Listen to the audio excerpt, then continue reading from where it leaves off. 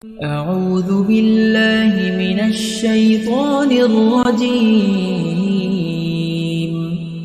بسم الله الرحمن الرحيم الرحمن علم القرآن خلق الإنسان বিভিন্ন গোত্র ও ব্যক্তি সমীপে ইসলামের দাওয়াত।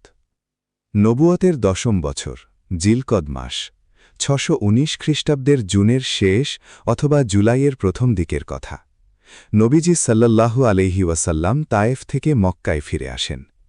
তায়েফের দুঃখজনক ঘটনায় দমে যাননি তিনি।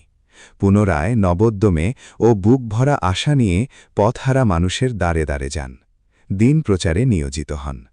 তখন ছিল হজের মৌসুম।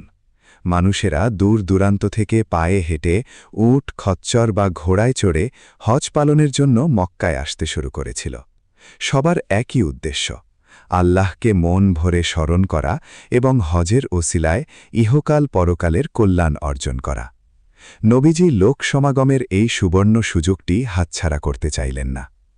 নবুয়তের 4র্থ বছর থেকে যেভাবে তিনি দাওয়াত দিয়ে আসছিলেন, সেভাবেই এক একজন করে সবার কাছে যান। তারপর জন মজলিসে ইসলামের সুমহান বাণী উপস্থাপন করেন।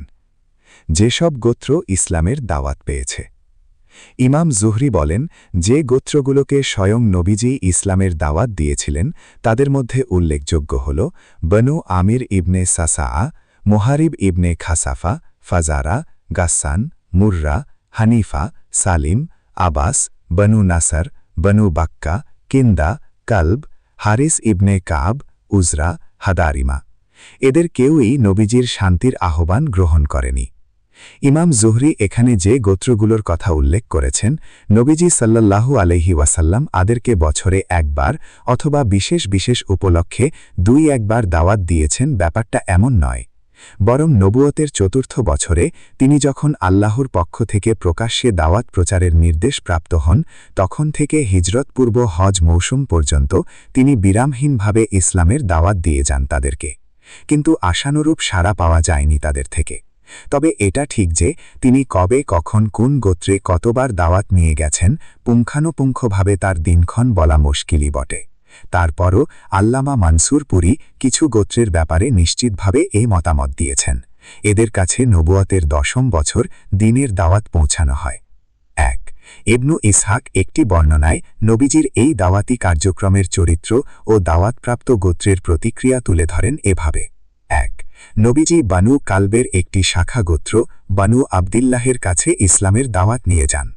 অনেক কোমলভাবে তাদের আল্লাহর পথে ডাকেন। এভাবেও বলেন, বানু আবদিল্লাহ, আল্লাহ তোমাদের পিতার কত সুন্দর নাম দিয়েছেন, এই নামের মর্যাদাটা অন্তত রাখার চেষ্টা করো। তবু তারা ইসলামের মহান আহ্বান থেকে অবজ্ঞার সাথে মুখ ফিরিয়ে নেয়। 2 বানু হানিফা গোত্রের বসতিতে আল্লাহর রাসূল সশরীরে উপস্থিত হন। তাদেরও ইসলাম গ্রহণের দাওয়াত দেন, কিন্তু এতটাই উগ্রভাবে তারা সেই দাওয়াত প্রত্যাখ্যান করে যে আরবের আর কোনো গোত্রই এমনটা করেনি। 3 বনু আমির গোত্রকে ইসলামের দিকে আহ্বান করেন।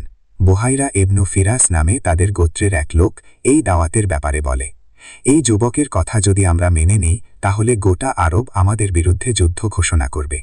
শুধু তাই নয়, সে আল্লাহর রাসূলকে বলে, এ ব্যাপারে তোমার অবস্থান স্পষ্ট করো। ধরো আমরা তোমার হাতে বায়াত নিলাম, এরপর তুমি তোমার বিরোধীদের উপর বিজয়ী হলে, তখন কি আমরাও নেতৃত্বের ভাগ পাব? তার এ কথা শুনে আল্লাহর রাসূল বলেন, নেতৃত্ব আল্লাহর হাতে, তিনি যাকে ইচ্ছা তাকেই নেতৃত্ব দান করে থাকেন। তখন সে বলে ওঠে, তোমার জন্য আমরা পুরো আরবকে নিজেদের শত্রু বানাব। তুমি ক্ষমতা পেলে আমাদের দেবে না, অন্যরা আমাদের ওপর কর্তৃত্ব চালাবে, আর আমরা অন্যের অধীন থাকব। এটা হতে পারে না। তোমার এই নতুন আহ্বানের পথে আমরা চলছি না, আমাদের প্রয়োজন নেই।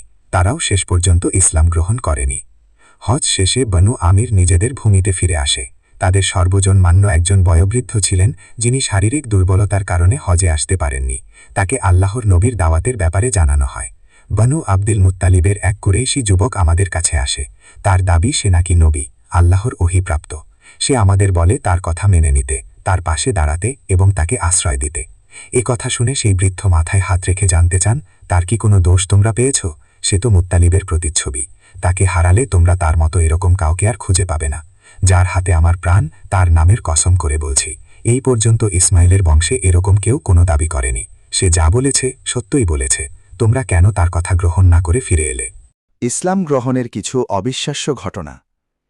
নবীজি সাল্লাল্লাহু আলাইহি ওয়াসাল্লাম বিভিন্ন গোত্র ও প্রতিনিধি দল ছাড়াও নির্দিষ্ট ব্যক্তিবর্গের কাছে ইসলামের দাওয়াত পৌঁছে দিয়েছিলেন, যাদের অনেকের থেকে ভালো প্রতিক্রিয়াও পাওয়া গিয়েছিল। হজ মৌসুমের পর এমন যারা ইসলাম গ্রহণ করেছিলেন তাদের কয়েকজনের বিবরণ এখানে তুলে ধরা হল। ১.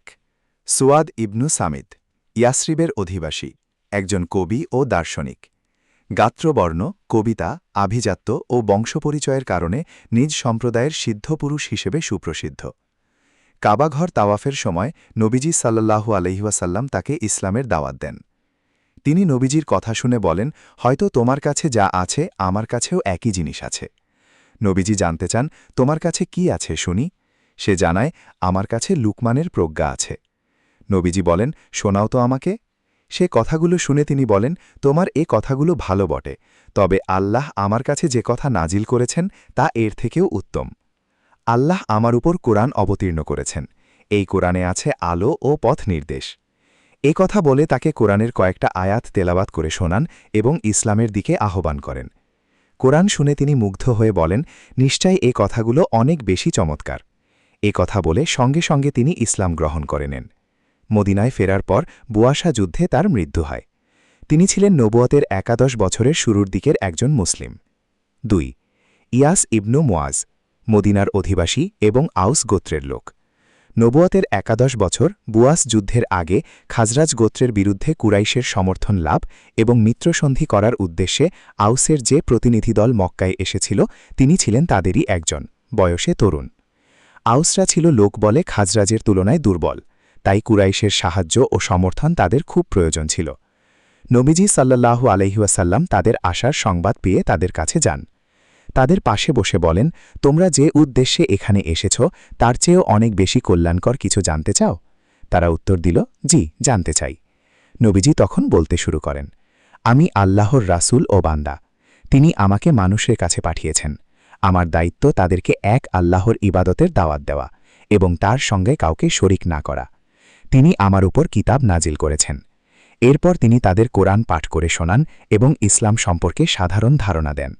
তখন ইয়াস ইবনু মুয়াজ বলেন, আল্লাহর কসম করে বলছি, আমরা যে উদ্দেশ্যে এখানে এসেছি তার চেয়ে এই কথাগুলো অনেক অনেক উত্তম। তখন বাথারা নামে তাদের এক লোক মাটি হাতে নিয়ে ইয়াসের মুখে ছুঁড়ে মারে এবং কটমট করতে করতে বলে, আরে রাখো তোমার কথা। জীবনের কসম করে বলছি, আমাদের এখানে আসার উদ্দেশ্য এসব না, আমাদের উদ্দেশ্য ভিন্ন কিছু। তার কথা শুনে ইয়াস নীরব হয়ে যায়। সেবার আউস মক্কায় এসে কুরাইশের সঙ্গে মৈত্রী সম্পর্ক স্থাপনে ব্যর্থ হয়। ইয়াসরিবে ফিরে যাওয়ার কিছুদিন পরই ইয়াস মৃত্যুবরণ করেন। তিনি মৃত্যুর সময় আলহামদুলিল্লাহ, আল্লাহু আকবার, লা ইলাহা ইল্লাল্লাহ পাঠ করতে করতে মারা যান। তাই সন্দেহ নেই তিনি মুসলিম হয়েই দুনিয়া ত্যাগ করেন। ৩. আবু যর গিফারি, ইয়াসরিবের উপকণ্ঠে তার বসবাস। একবার মদিনায় এসে ইয়াস ও সুয়াদ এই দুজনের কাছে নবীজি সাল্লাল্লাহু আলাইহি ওয়াসাল্লামের আগমনের কথা জানতে পারেন। এটুকু জানাশোনাই ছিল তার ইসলাম গ্রহণের মূল প্রেরণা।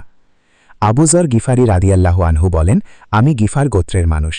একদিন মক্কার এক লোকের কথা শুনতে পাই যিনি নিজেকে নবী দাবি করেছেন।